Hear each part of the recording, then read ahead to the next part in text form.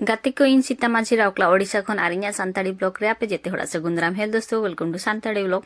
सो friend, thumbnail देख के आपको पता चल गया होगा मैं आज क्या लगाने वाली हूँ। ये सब वाटर लिली में आज इनको लगाऊंगी और इनकी सॉइल मिक्स कैसे बनाऊंगी और कितने बड़े पॉट में इनको लगा रही हूँ।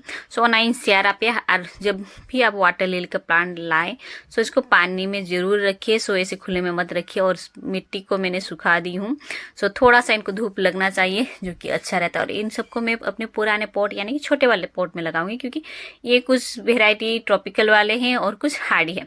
पर मेरे पास बड़े ये पॉट भी है पर उसमें यानी कि जगह रखने के लिए जगह नहीं है। सो इसलिए मैं छोटे वाले पॉट में ही लगाऊंगी इनको। सो जेस्ती चनार तो बन रही अगर आप बड़े पॉट में लगाते हैं तो इनकी ग्रोथ बहुत ही अच्छी होती है और ब्लूमिंग भी बहुत ज्यादा मिलती है। सो नुकू को हंसा बनाओ। सो छोटे वाले पॉट में गिर रही कोई सो हुडी वाला पॉट रही। सो इसमें आप लोटस भी लगा सकते हैं जो कि अच्छा रहता है इस पॉट।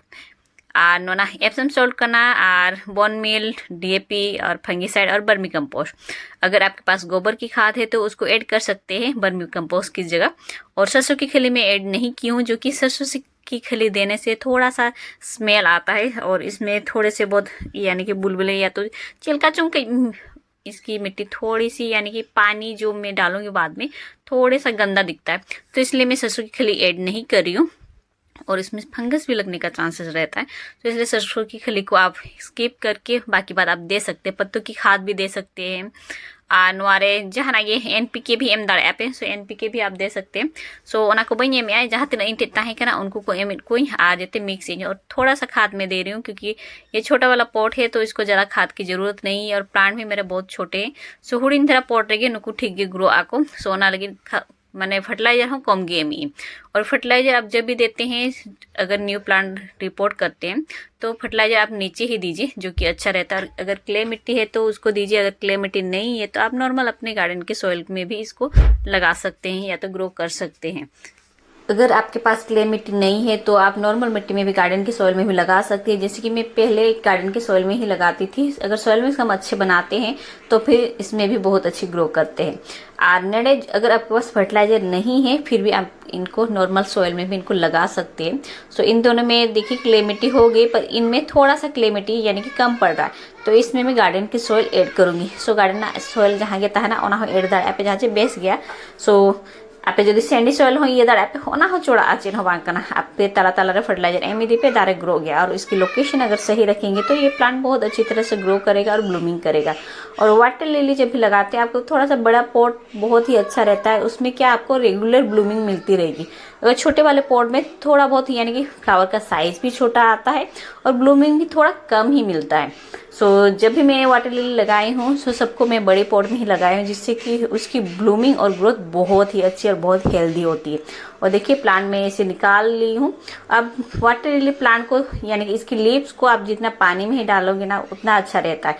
अगर उसके पत्ते सब अगर बाहर निकले हुएंगे तो सब सूख जाएंगे। जब भी आप लाते हैं तो इनको पानी में रखिए। फंगीसाइड का पानी में अगर रखते हैं तो बहुत ही अच्छा रहता है। थोड़ा सा फंगीसाइड पानी डालकर। सो मेरे पास में फंगीसाइड पानी में तो नहीं डालती, ऐसे ही पानी में डाल दी थी क्योंकि मुझे अभी रिसेंट यही पास में ही मुझे प्लांट मिला तो मैं इसको ली, जो कि जिनसे मैंने पहले प्लांट ली थी लोटस। सो वहाँ से ही मैंने वाटर लिली का प्लांट ली। ये प्लांट एक को मैंने मिट्टा दारे 100 रुपीज़। सो एक प्लांट 100 रुपीज़ करके। और इसमें 4 वेराइटी है जो कि व्हाइट है, ब्लू है और येलो है और रेड है। सो ब्लूमिंग होने के बाद पता चलेगा। सो प्लांट हेल्दी ही है। सो ऐसे ही नॉनी के गे ओड़गा तेम आदिया। सो ये पॉट में लगे नहीं थे, एक ही पॉट में यानी बहुत सारे प्लांट लगे हुए थे। सो इनके पत्ते देख के ही उनको पता चल जाता है कि कौन सा कलर है। सो मुझे तो उतना पता नहीं चला। फिर भी कुछ में ब्लूमिंग हुई थी और कुछ में ब्लूमिंग नहीं हुई थी।